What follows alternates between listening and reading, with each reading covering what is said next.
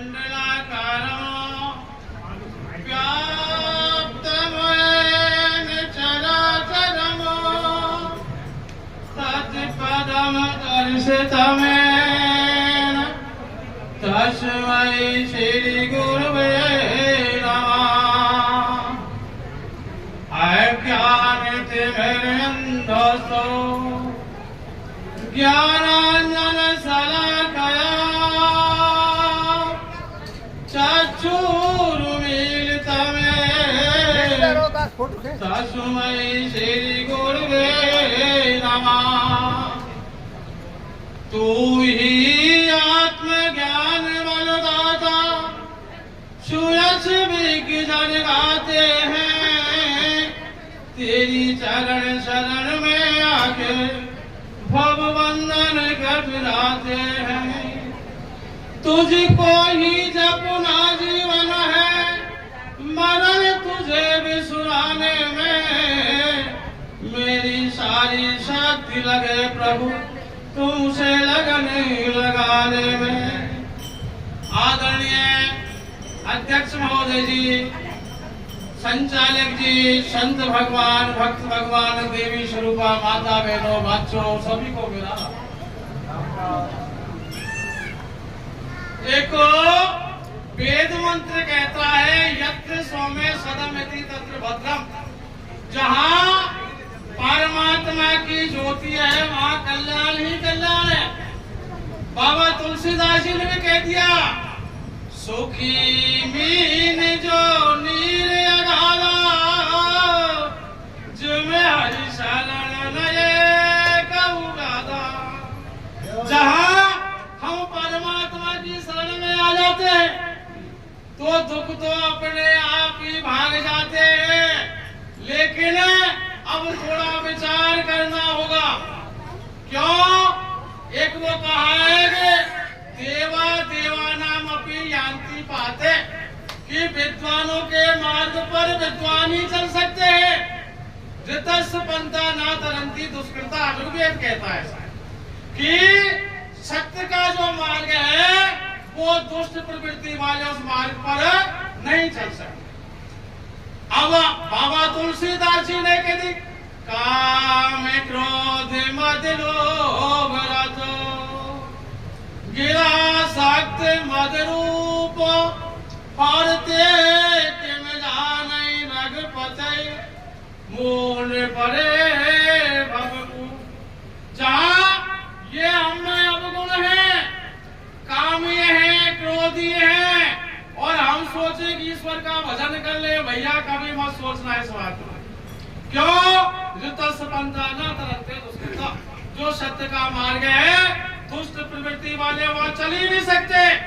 एक हमारा ऋग्वेद इस बात को कहता है स्वर्ग पंथा स्वीकृत देवमाला। हम यहाँ आते हैं तो विद्वानों के मार्ग का अनुसरण सीखने के लिए आते हैं। यदि उन मार्गों पर हमने अपने आप को अग्रसर नहीं किया तो सत्संग में आना भी बेकार है। जो बदलाव कब आता है? देख करके, सुन करके। तो सबसे पहले तो कुछ गुणों का समायोजन हमारे अंदर यदि नहीं होगा तो हम ईश्वर की भक्ति में होंगे ही नहीं आरूढ़। हमारे विदुर जी कहते हैं अष्टो गुणा पुरुषम दीप्यन्ते। 8 गुण है जो पुरुष की शोभा बढ़ाते हैं। हर आदमी इस बात को जानता है कि मानव जन्म दोबारा से पुनर्वित्तम पुनर्मित्तम पुनर्भार्या पुनर्भय। ये सारी चीज ये तत्लब्ध पुनः सर्वे ना शरीरम पुनः पुनः। ये दुनिया भर की चीज दोबारा मिल जाएगी लेकिन कोई जरूरी नहीं है कि मानव शरीर दोबारा से मिले। तो उन वो 8 गुण कौन से हैं उन पर हमको दृष्टि डालनी है। क्योंकि मानव का क्या है? हर मानव का एक लक्ष्य होता है। सरता जल जलने तुम्हें जाई कोई न चले जिमे जीवे हर पाई। सरता का उद्गम भी समुद्र है और अंत भी वही है। तो उसी तरह से जब तक हम उस हरि को नहीं जानेंगे तो 8 गुण कौन कौन से होने चाहिए ऐसा विदुर जी ने कहा है। तो पहला गुण है प्रज्ञा। कौन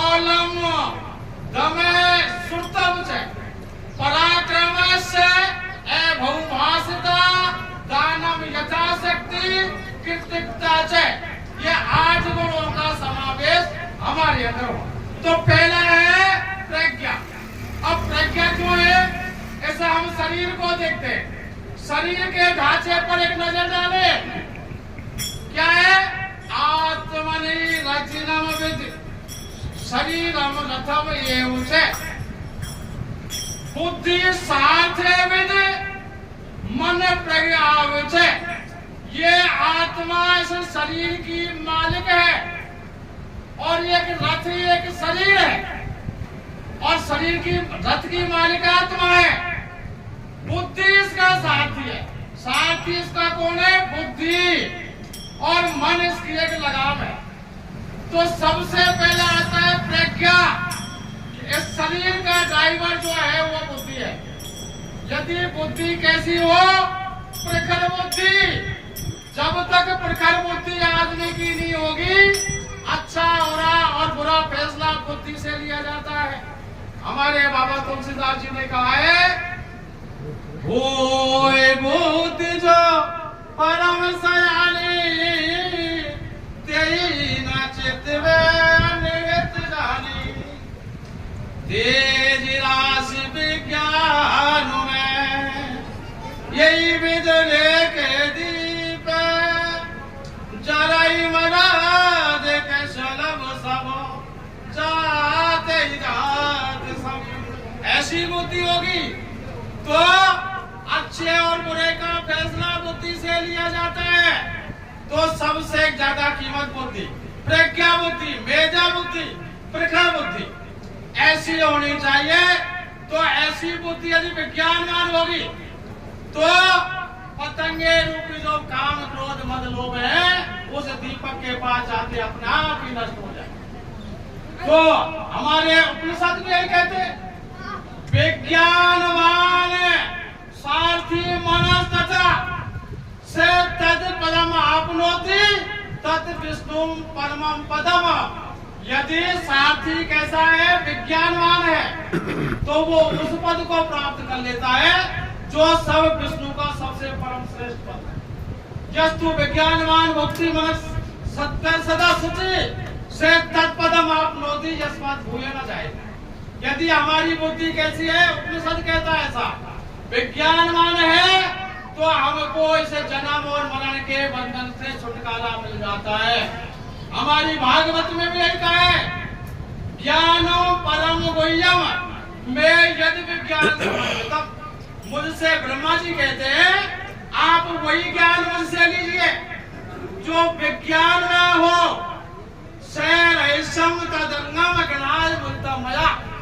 ऐसा ज्ञान जो विज्ञानवान ऐसा ज्ञान हो वही हमसे लीजिए। तो ये सब कहां से आता है? बुद्धि के बल का। अब दूसरा गुण आता है कौल्यम। यदि शीलम भूषते कौल्यम, कुल की शोभा किससे है? शील स्वभाव के कारण कुल की शोभा होती है। यदि हमें ऐसा कुल नहीं है तो वह कहा है कुग्राम वास है, कुलहीन सेवा, कुभोजनम, क्रोधमुखी भार्या, दुष्ट पुत्र, विधवा से कन्या, सट दहेती खाए। यदि ये 6 हैं तो हमको ईश्वर का भजन होगा ही नहीं। कौन कौन सा? कुग्राम वास है।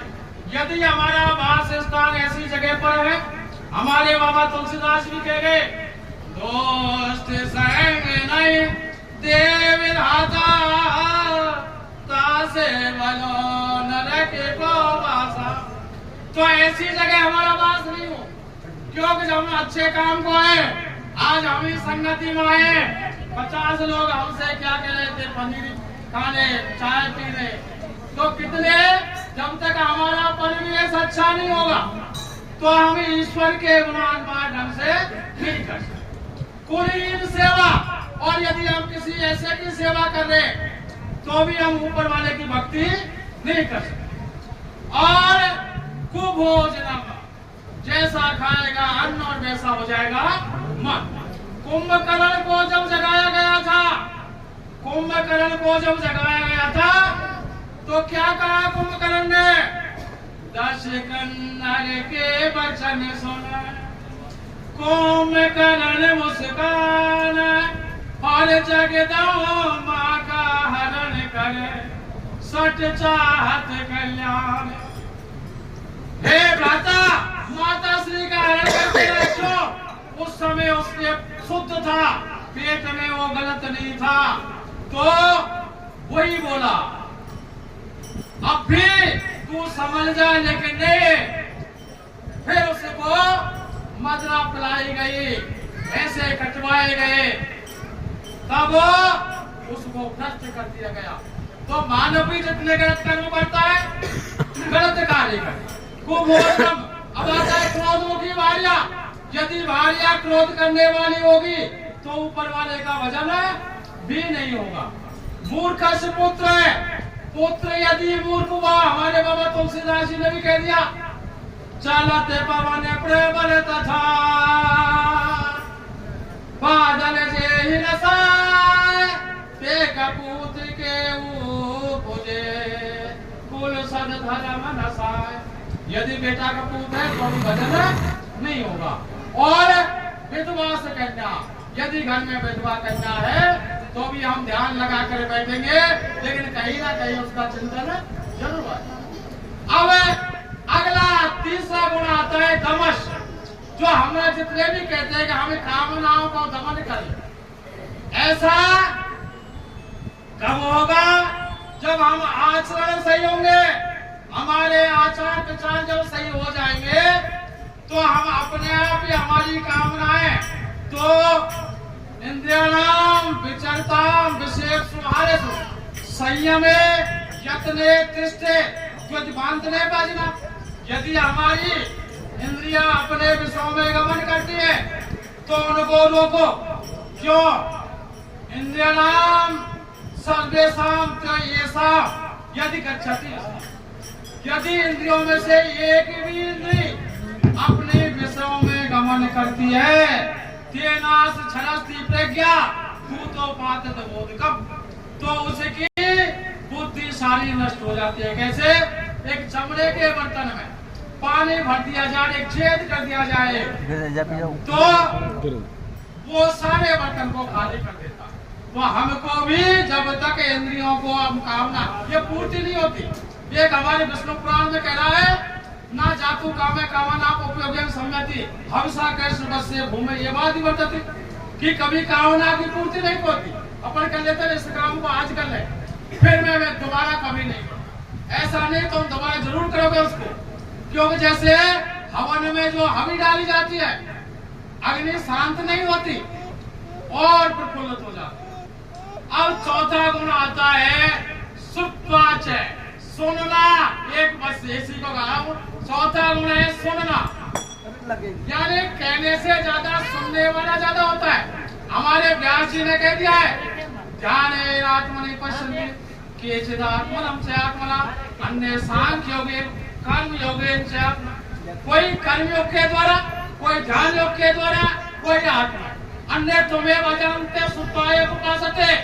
आप कुछ तुमको ना जान करके सुनकर ही उसकी उपासना करते हैं, वो भी भवसागर से पार हो जाते हैं। तो श्रुत्वा विजाति धर्मम, सुनने से धर्म की जानकारी हो जाती है। श्रुत्वा त्यजेति दुर्मतम, सुन करके बुरी मति त्याग दी जाती है। श्रुत्वा ज्ञानम उपासते, सुन करके ज्ञान की प्राप्ति होती है। और श्रुत्वा मोक्ष उपासते, और सुनकर मोक्ष की प्राप्ति हो जाती है। मैं इसी के साथ अपनी वाणी को विराम देता हूँ।